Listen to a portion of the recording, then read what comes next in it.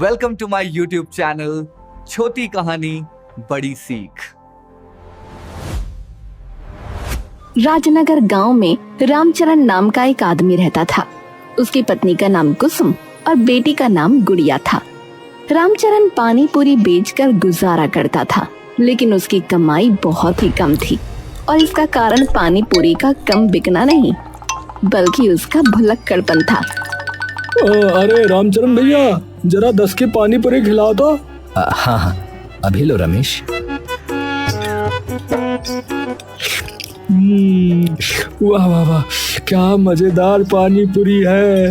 आपके जैसा पानी पूरी का पानी इस गांव में तो क्या आसपास के 10 गांव में भी नहीं बना होगा भैया।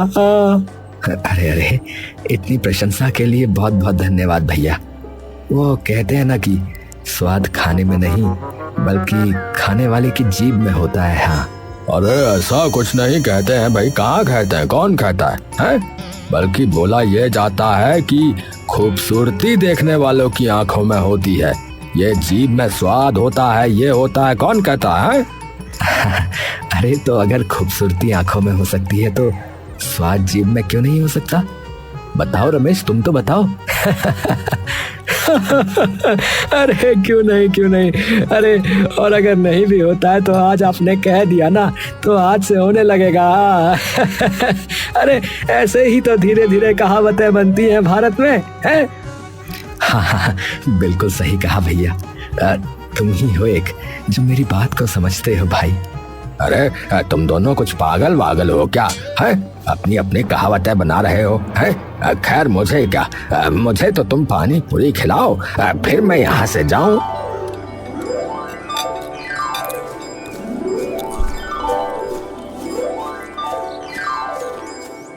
कि अचानक रामचरण ने उसे पुकारा। अरे ठहरो रमेश, अरे पैसे तो देते जाओ। क्या पैसे? अरे भैया, मैंने तो दे दिए थे 10 रुपए। अरे नहीं, अभी तक तो तुमने कुछ नहीं दिया भाई। अरे वाह रामचरण भैया, हैं आप तो पूरे के पूरे भुलक्कड़ निकले। देखो जरा, मैंने 10 का नोट दिया था, आप भूल गए। रामचरण का माथा ठनका। सच क्या है? उसने सच में पैसे लिए थे या नहीं? बेचारे की याददाश्त धोखा दे गई। रमेश हंसता हंसता निकल गया। अरे बाप रे, कहीं सच में मैंने पैसे ले लिए और मुझे याद नहीं। अरे मैं भी कितना भुलक्कड़ हूँ यार। वहीं खड़ा दूसरा आदमी जो अब तक पानी पूरी खा रहा था, ये सारा नजारा देख रहा था। उसके चेहरे पर शैतानी मुस्कान फैल गई। वो रमेश से भी एक कदम आगे निकला।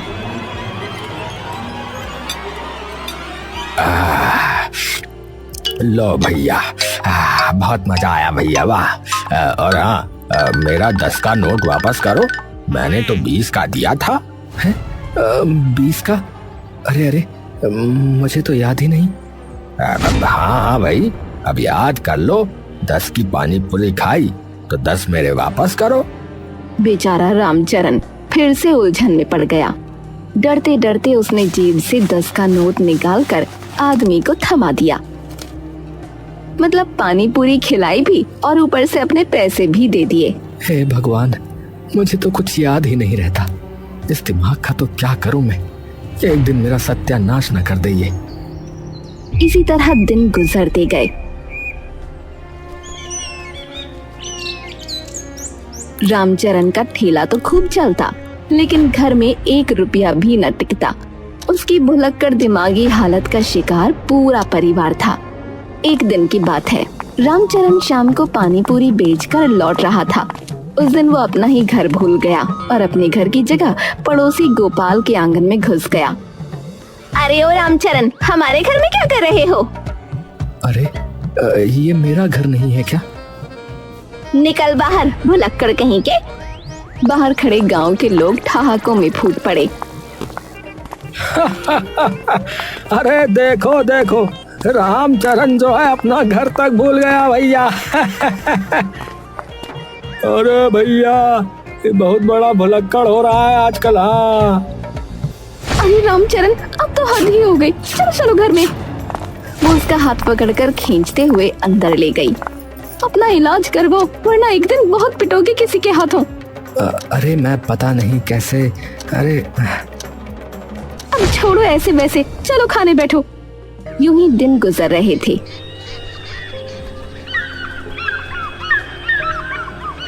अचानक गांव में चोरी की घटनाएं शुरू हो गईं। एक के घर से छोटा सा बक्सा गायब हुआ जिसमें गहने रखे थे। लोग परेशान हो गए और शक की सुई सीधा रामचरण पर आ गई। अरे सुनो सबके सब लोग, अरे और कौन हो सकता है? यही रामचरण होगा। हाँ, इतना भुलक्कड़ है कि दूसरों का सामान अपना समझकर उठा लेता होगा, और क्या। हाँ, सही कह रहे हो। ये तो अपना घर भूल जाता है, दूसरों का सामान उठाकर भी कह देगा अरे मेरा ही है। अरे नहीं नहीं भैया, अरे मैंने किसी का सामान नहीं लिया। कसम है मुझे अपनी बेटी गुड़िया की, मैंने किसी का सामान नहीं लिया। हाँ, मेरे राम ने ऐसा कुछ न किया होगा। भले ही भुलक्कड़ है पर चोर नहीं। मेरे पापा बुरे नहीं हैं, सब लोग गलत कह रहे हैं। गांव का मुखिया धर्मपाल वहां आया। उसकी गहरी आवाज ने सबको शांत कर दिया। अरे बस करो, जब तक इल्जाम साबित ना हो किसी को दोषी मत ठहराओ। कानून से ऊपर कोई नहीं, समझे? अरे लेकिन मुखिया जी सबको पता है ये नंबर 1 भुलक्कड़ है। हाँ। अरे कहा ना, सबूत के बिना किसी पर उंगली मत उठाओ। लेकिन कुछ लोग मानने को तैयार ही नहीं थे।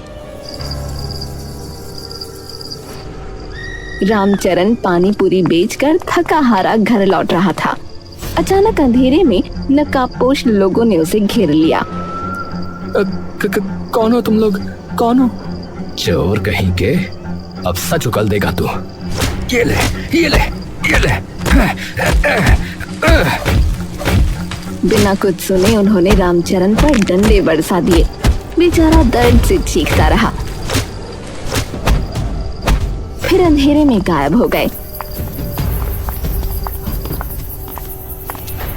अरे भैया, अरे भगवान, अरे मैं चोर नहीं हूँ। गांव की सुनसान गली में उसका करहाना गूंजता रहा। रामचरण घायल होकर बिस्तर पर पड़ा था। उसके शरीर पर पट्टियां बंधी थीं और आंखों में बेबसी। घर का कोना कोना मानो दर्द से कराह रहा था। कुसुम का चेहरा चिंता से झुर्राया जा रहा था और छोटी गुड़िया की आंखों में सवाल तैर रहे थे। पापा, आपको किसने मारा? आपने किसी का कुछ नहीं बिगाड़ा, फिर सबने क्यों मारा? बेटी, उन्होंने मुझे चोर समझकर पीटा है, पर मैं निर्दोष हूँ। बस मेरी किस्मत। हे भगवान, ये क्या दिन दिखा दिए। अब घर कैसे चलेगा? ठेला कौन लगाएगा?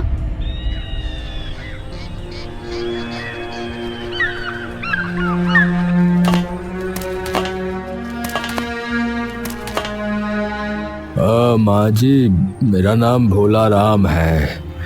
जरा 2 रोटी मिल जाती तो कृपा होती। कई दिन से पेट खाली है। हम पर पहले ही मुसीबतों का पहाड़ टूट पड़ा है और तू भीख मांगने चला आया है। जा यहाँ से। गुस्सा मत करिए। अगर आप इजाजत दें तो क्या मैं आपकी कुछ मदद कर सकता हूँ? तू? अरे तू खुद एक भिखारी है, हमारी मदद क्या करेगा?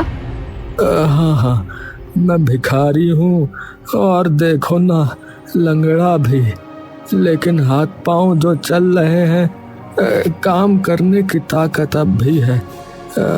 आप पानी पूरी बेचते हो ना, मुझे ठेला दे दीजिए, मैं बेचूंगा।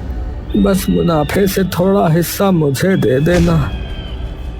कहीं हमारा ठेला लेकर न भाग जाए। अरे कुसुम, हमारे पास कोई और रास्ता नहीं है। घर तो चलाना ही होगा। ये तो लंगड़ा है, ठेला कैसे चलाएगा?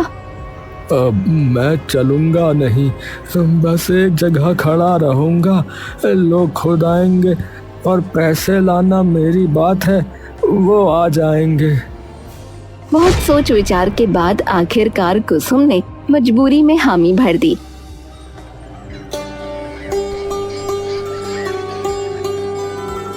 अगले दिन सुबह से ही भोला राम लंगड़ाता हुआ ठेले पर खड़ा था। उसके चेहरे पर संकल्प की चमक थी। अरे देखो देखो, है? पहले भुलक्कड़ पानी पूरी बेचता था, अब लंगड़ा बेच रहा है। लगता है ये ठेला भी किसी दिन अपने पैरों की तरह डगमगा देगा भैया। लोग हंसते मजाक उड़ाते, पर भोला राम ने ध्यान नहीं दिया। वो शांत भाव से ग्राहकों को पानी पूरी परोसता रहा। लेकिन इसी बीच गांव के हालात बिगड़ते ही गए। चोरी की घटनाएं थमने का नाम ही नहीं ले रही थीं। मुखिया जी बता रहे, अगर चोर नहीं पकड़ा गया ना तो हम गांव छोड़ देंगे, बता रहे। मेरा मंगलसूत्र तक चला गया, ऐसे कैसे चलेगा? मुखिया जी आपसे नहीं हो पाएगा, आप बस बैठे रहिए। हाँ, अरे शांति रखो, है? अरे मैं भी चाहता हूँ कि चोर का पर्दाफाश हो, लेकिन धैर्य रखना पड़ेगा। हाँ। तभी अचानक खबर फैली, गांव का लड़का रमेश घर छोड़कर भाग गया। हाँ? क्या कहा? रमेश भाग गया? मतलब वही चोर था, सबका सामान उठाकर भाग गया।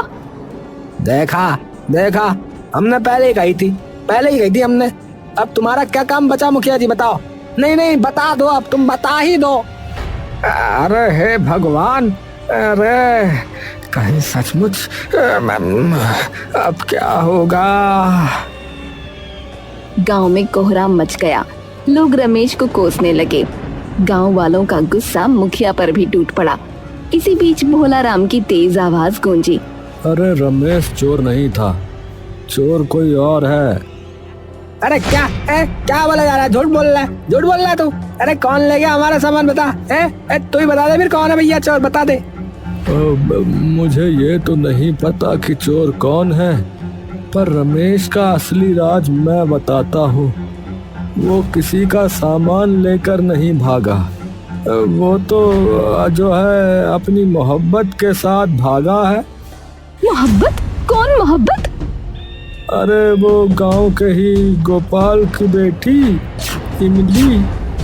अरे भैया ये सच कह रहा भैया, मैं ये बात छुपाना चाहता था, पर आज पता चला भैया कि राज भला कहाँ छुपते हैं। हमारी नाक कटवा दी उसने। ये सुनते ही चौपाल पर सन्नाटा छा गया। हर कोई एक दूसरे का चेहरा देखने लगा। अरे मतलब चोरी वोरी नहीं, मतलब ये तो प्यार मोहब्बत वाली कहानी चल रही भैया है। कुछ होता वाली कहानी चल रही है, शाहरुख और काजोल वाली है। हे भगवान, ये तो कोई और ही बात निकल आई। हाँ, तो इसका मतलब असली चोर अब भी गांव में ही है और हम सब बेवजह रमेश को कोस रहे थे, बताओ। पर भोला राम, तुमको इतना सब कैसे पता चला? अरे हाँ भोला राम, तू इतना बड़ा राज कैसे जान गया रे? कहीं तू भी? हाँ, कहीं तूने ही तो उन लोगों को नहीं भगवाया? अरे भैया गलत मत समझो, सच्चाई ये है कि रमेश और इमली अक्सर मेरे पानी पूरी के ठेले पर आते थे। वहीं मैंने उनकी बातें सुन ली थी भैया। और गोपाल भैया, सरोज भाभी, इसमें आपकी नाक कटने जैसी कोई बात नहीं है। आपकी बेटी ने चोरी नहीं की बल्कि प्रेम किया है। अगर आप लोग मान जाते तो आज उन्हें भागना ना पड़ता। सही कह रहे हो। हाँ, हमने ही उसकी बातें अनसुनी कर दी भैया। अब अगर उसका फोन आए तो गुस्से से नहीं बल्कि प्यार से बुलाइएगा, तब देखना वो खुद लौट आएंगे। हाँ। गोपाल और सरोज उसकी बात सुनकर चुपचाप सर झुकाए वहां से चले गए। भीड़ छट गई, लेकिन सवाल वही का वही रह गया, आखिर चोर है कौन? अगले दिन मुखिया धर्मपाल का नौकर हरिराम भोला राम का मजाक बनाने के लिए लंगड़ाता हुआ आया और बोला, अबे चल लंगड़े, मुझे भी जरा तेरी मशहूर पानी पूरी खिला चल।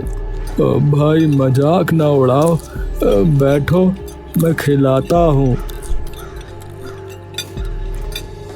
हरिराम पानी पूरी खाने लगा। तभी कुछ लोगों की नजर उस पर पड़ी। उन्होंने देखा कि उसके हाथ की उंगली में वही अंगूठी चमक रही थी जिसकी चोरी की रिपोर्ट गांव में हुई थी।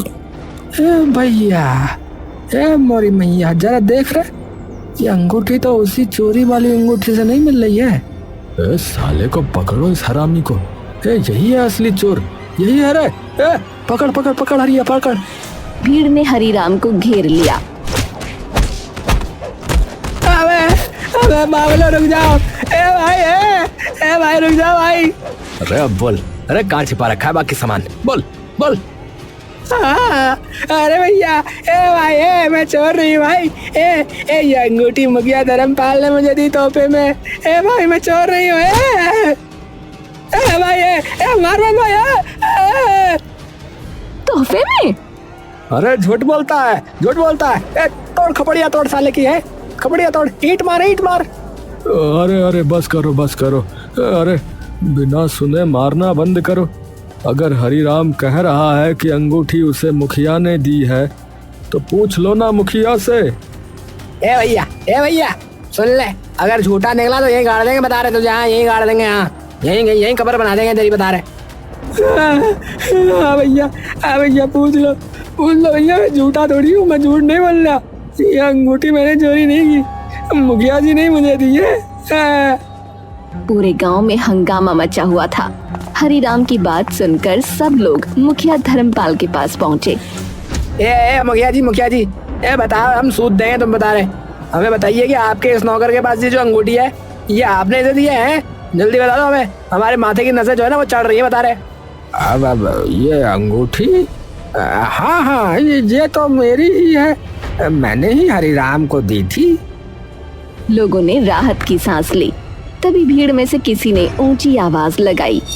अरे भैया, छोटा मुंह बड़ी बात, लेकिन क्या इसका मतलब ये नहीं हो सकता कि मैंने चोरी की है? अरे मूर्ख इंसान, सुनार की दुकान पर एक डिजाइन की कई अंगूठियां मिलती है, जो खरीदता हो उससे पूछ ले। भारी खामोशी छा गई। तभी कुछ लोग बोले, हाँ भैया, बात तो सही है।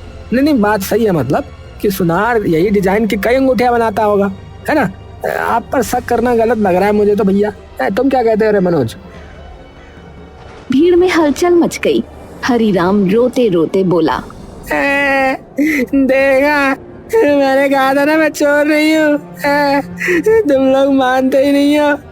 बात बताओ, कूट के रख दिया, धुन के आटा बना डाला मुझे। लोग शर्मिंदा हो गए और हरिराम को छोड़ दिया। लेकिन अब सवाल और बड़ा हो गया। अरे लेकिन बात तो फिर यह है कि असली चोर कौन है? हाँ भैया, असली चोर कौन है? हाँ असली चोर कौन है फिर? कौन है असली चोर? उस रात गांव के 4-5 लोगों ने तय किया कि पहरेदारी होगी और ये बात किसी और तक न पहुंचे, वरना चोर चौकन्ना हो जाएगा। वो लोग रात में लाठियों के साथ गलियों में घूम रहे थे। अंधेरे और सन्नाटे में सबकी धड़कनें तेज हो चुकी थीं। अचानक किसी ने देखा, भैया देखो, वो कोई आदमी कहीं चोरी छिपे जा रहा है, देखो।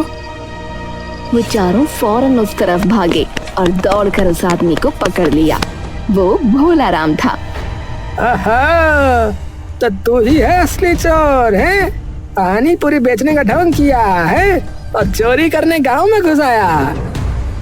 भोला राम हांफते हुए हाथ जोड़कर बोला, नहीं, मैं चोर नहीं हूँ। मैं भी आप लोगों की तरह चोर का पता लगाने के लिए रात में निकला हूँ। अरे झूठ बोल रहा है, सरासर झूठ बोल रहा है ये बंदा। अरे अभी मंदिर में असली चोर घुसा है, वो मूर्ति का मुकुट चुराने वाला है। वो लोग ये सुनकर हैरान रह गए। भैया, क्या सच बोल रहे हैं या हमें बेवकूफ बना रहे हो? अरे भैया, अरे चलकर देख लो ना, यकीन नहीं हो रहा है तो। अरे एक मिनट, मैंने तो ध्यान नहीं दिया। अरे भैया ये देखो, ये तो लंगड़ा के चल ही नहीं रहा। मतलब इसने झूठ बोला, ये नाटक कर रहा था अब तक। अब तो पक्का हो गया कि चोर यही है। हाँ। अरे मोरी मैया, भैया, अरे हमने ये नजरअंदाज कैसे कर दिया भैया? लल्लन, गिट्टी, माधव, सिलवट्टा, देख भैया क्या हो रहा है ये। अरे वो मैं बाद में सब समझाता हूँ, पहले एक बार मंदिर में चल के देख तो लो बस। भैया चलो, कह रहा है तो चल के देखते हैं। और फिर बाद में इसकी हड्डियों की हजामत करते हैं। हाँ चलो भैया चलो। हाँ चलो भैया, देख लेते हैं क्या हो रहा है। सब लोग मशालें लेकर मंदिर की ओर दौड़े। जैसे ही दरवाजा खोला गया, अंदर का दृश्य देखकर सबकी आंखें फटी की फटी रह गईं। कोई था जो सोने का मुकुट उठाकर भाग रहा था। उन लोगों ने फौरन उसे पकड़ा और उसका नकाब हटाया। वो कोई और नहीं बल्कि खुद मुखिया धर्मपाल था। अरे धर्मपाल, अरे तू, अरे तुम लोग यहाँ कैसे आए? वो लोग उसे पकड़कर बाहर लाए। चीख पुकार से सारा गांव जमा हो गया। मुखिया तुम और चोर? मैं ही हूँ। मेरी संपत्ति मेरे जुए की आदत में जा रही थी, इसीलिए मैंने ये किया है। जुआ? हाँ बताओ। अरे कौन मेरा कोई कुछ बिगाड़ सकता है? अरे मैं इस गांव का मुखिया हूँ भाई। तभी अचानक भोला राम ऊंची आवाज में बोला, तेरा खेल खत्म है धर्मपाल। मैं कोई लंगड़ा पानीपुरी वाला नहीं, बल्कि undercover police inspector Vijay Singh हूँ। इंस्पेक्टर? ए भैया, पुलिस वो है क्या? अरे इंस्पेक्टर साहब, अरे इंस्पेक्टर साहब। हाँ, मुझे पहले से खबर थी कि इस गांव में चोरी की घटनाओं के पीछे कोई बड़ा गुनहगार है, इसीलिए मैंने लंगड़ा बनकर यहाँ डेरा डाला। और देखो, आज असली अपराधी सामने है। धर्मपाल गुस्से में दांत पीसता रह गया। उसी समय चौपाल की ओर से आवाज आई। रामचरण अपनी पत्नी कुसुम के साथ वहां पहुंचा। अब वो स्वस्थ था। देखा, मुझे बेवजह चोर समझा गया। मेरी इज्जत मिट्टी में मिल गई। रामचरण, इसी वजह से मैंने पानीपुरी बेचते हुए तुम्हारी सहायता की, वरना मैं किसी और तरीके से भी गांव पर नजर रख सकता था। तुम्हें बेकार की सजा मिली, पर अब न्याय मिलेगा। मैं तुम्हें मुआवजा दिलवाऊंगा। अरे राम, अनजाने में कैसे कैसे पाप हो गए हमसे भैया। अरे ए रामचरण, ए भैया माफ कर दो भैया, हमको भी, सब गांव वालों को माफ कर दो भैया। हाँ भैया माफ कर दो। हाँ भैया माफ कर दो हमें भी। हाँ भैया माफ कर दो, मैंने उस दिन तुम्हें सूद दिया था। कोई बात नहीं, कोई बात नहीं। अब मैं फिर से अपना पानीपुरी का ठेला लगाऊंगा। अब मैं पूरी तरह से ठीक हो गया हूँ। और मैं भी तुम्हारे साथ रहूंगी हर मुश्किल में। इंस्पेक्टर ने सबको सलाम किया और मुखिया को लेकर वहां से चला गया। अब मैं क्लियरली बोल रहा हूँ, चैनल को सब्सक्राइब करें। चैनल का नाम है छोटी कहानी बड़ी सीख। लाइक कीजिए, सब्सक्राइब और कमेंट भी कीजिए। धन्यवाद।